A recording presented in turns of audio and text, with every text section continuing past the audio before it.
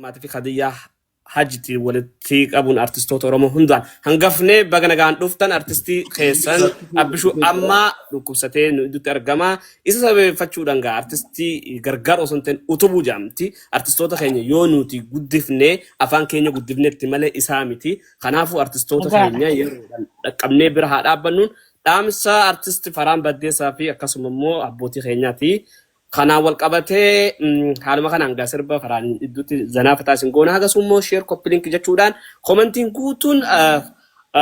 فر باجايلا جچون بريسا وروني كومنتي دا وروني خاني مو شير كوبلينك غودادا هاغا سو فران سربا جايبا سربا ساتين جچودا خسن بوتو سنيني إرسني بوسا خلاص كانت نيت نيغا لا وغا يغل ولما يانا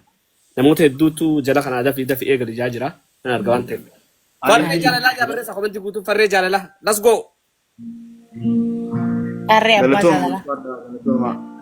جالله علي ثابتس اسكست ترجمة ويو علي سر يادفونا قصة يفهم artist علي ثابت ندو ترجمة سجل جرا اوكي علي أبشر أراني والله لازم أسينا كتب باخنا ودني ملي ودني جنة rakkoon hin jiru bari abbaan hoggaa ilma faarsaniif ni gammada malee ni naafuuti maalti dhagamte warraga akkana madisiistuuni gaa abdish kiyya jirtaa baga jiraatte abdishuu rabbi isaa fayyisu habiibi barriga akkanum nama goggodaati bahaa kibbaa dhiyaa maaree baanan san nu buuse baga jiraattee walgarree rabbi isaa fayyisu ni fayyisa inshaallah kabajamtoota hordoftoota mana ibsaa abbaa jaalalaa jalatti argamtan hundi keessanuu akkam jirtan ashama harka fuunee baga jiraattan anaa jiraatu waamicha baga jiraanni leenca kenna yaa waamicha gartee dirqamnis keessa jiru artistoota keessan kan isin jaalattan hedduutu as fuudhaa isin duratti argama kanaaf artistoonni keessan takkaa isiniin boonu malee isiniin qaanfatee hin beeku keessattuu yeroo inni takka argamu yoo isiniin lolluu maal jennuu iyyinuu boonyuu waywaannuu United Nationiin keenya isinii ummata kanaaf har'aas rakkinni kun gara keessan nu fidee akka nu qaanfachiifne takkaatis nu qaanfachiifne isinirraa abdii qabna har'ammoo warra takkaa fuulli isaanii miidiyaa kanarra gadi hin bahiniitu dubbiin jabaannaan isinii gabba'e namni waggaa dura gara fuula miidiyaa dhufu yoo waan imaammate san galmaan hin gahin nama dhagayama hamileetu nama caba kanaaf artistoonni keenya Khadijaa Jiitis farreenis kan as jala jiran kan dhufu ta'an illee akka keenyaafatti fuula sooshaal miidiyaa kana gubbatti deddeebi'anii waa gaafachuunis uummataa hadhachuunis namaa wajjin wali bu'uunis hawaasaa wajjin yeroo garii wali seenuunis tokkollee nu qoodan qabani. Kanaaf fuula haariyaan isin dhufanii fuula haariyaa kana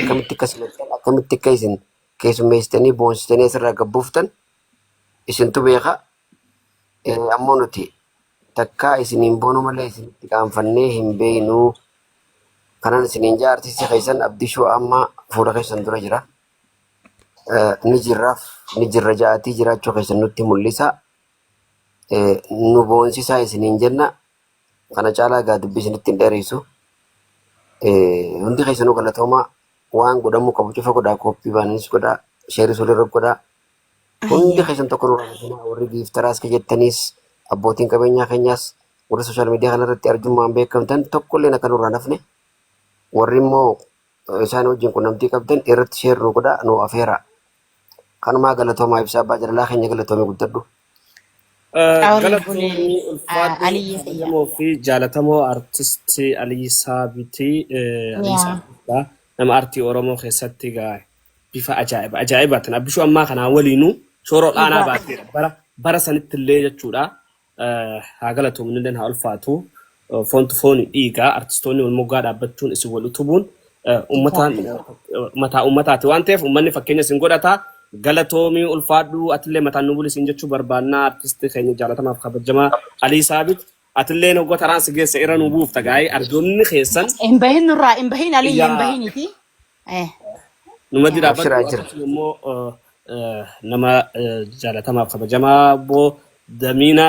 ibsa jechuudha gaa'ee maqaa isarraan fudhina fakkaatti maqaa kanaaf gandi keenya isarraa fudhina fakkaata. Damina ibsaanis nu dutti argama isaafis yaada kannineeti carraa kan jechaanaa. Har'aan tana gaa manni kuni mana Faraan Baddeessaati jechuudha. Har'aan tana manni kun mana artistii Faraan Suleeti jechuudha. Warroonni isa jaalatan tokkoon keessan akka asiin sossoonee isinii dhaamuu barbaada. Asumaan Damiinaaf carraa kanniinaa. Galatoomii ibsaa kiyya obboleessa keenya abdishuunis rabbi si haa fayyisu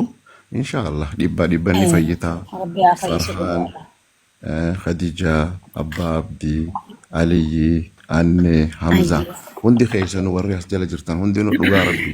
nama jechuun ka guyyaa irraa nama bira dhaabbate gaafa dachiin nagayaa namni hedduudha gaafa rakkate namummaan namaa beekama dhimmi irraa dhimma obboleessa keenya waa'ee abdishuutii miti dhimma namummaa dhimma oromummaa bakki guddoo tan adda haa baafannu ilmi namaa jecha isaa akkatti hiikkatu qaba gariin aartiidhaan ibsata gariin fakkiidhaan ibsata gariin gorsaan hiikkata kun hundinuu garuu hawaasuma kana bakka bu'a namni qiriillee qabaatu yoo jiraate guyyaa akkanaa kana wal bira dhaabbate dhugaarra dhimma obboleessa keenya abdishuutii miti dhimma mataa kiyyaati anammaan tana beetee walgahii biraarran ture dhiifama naa godha wanni guddoon irra godhuu qabnu garuu yoo waan tana godhuu baanne nutti hafti sheenaan qaaniin wahayyuunu namni namaan tola ni qabna nama keenya nama gurguddaa nama yeroo gabaabaa keessatti waa hedduu jijjiiruu dandeenya namni har'aas jala jirtan ol seenuu dadhabdan please dhiifama nu godha hundi keessanuu garuu hogguuni mee an challenge tokko namni hundinuu jechuun namni danda'u ammaas doolaara 100 anarraa jalqabee namni hundinuu ammarraa eegalee haa qopheeffatu kennaa kan nu malee jechuudha. Nu hundinuu yoo waan tana goone akka qaceelloo milkeessinuu dandeenyu abdii guddoon qaba dhugaa rabbii torban guutuu Hamzaanis ibsaa abbaa jaalalaatiis Anneenis hundi keessanuu warri as keessa jirtan hundinuu directly or indirectly kana hundaan nama waywaachaa jiran wanni waywaatamuuf dhimmi obboleessa keenya dhimma keenya ta'uudha yoo guyyaa akkanaa wal bira dhaabbachuu baanne tarabbiin beekamtu boruuti bakka dhaabbannu hin beeknu obboleeyyan kiyya tanaafu hundi keenya waan qabnuun nama beeynuun yoo wal bira dhaabbachuu baanne qoodri kana akkasin mudanne waastannaan qabduu beeki tanaafu hundi keenya hamma dandeenyetti obboleessa keenya bira haa dhaabbannu keessaan namoota beenutti sheer godhuu jirra please isin hundinuu namoota hunda sheer godha dhimma gartee hogguu takka nama gargaaruuti dhimma if gargaaruuti dhimma aartii qofaa miti dhimma namummaati namummaa akka hin daganne aartiidha jenneellee akka hin shawwadamne aartiin afaan hawaasaati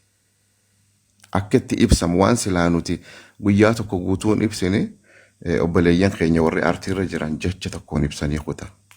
ni beektan gootummaan bifa adda addaatiin jirti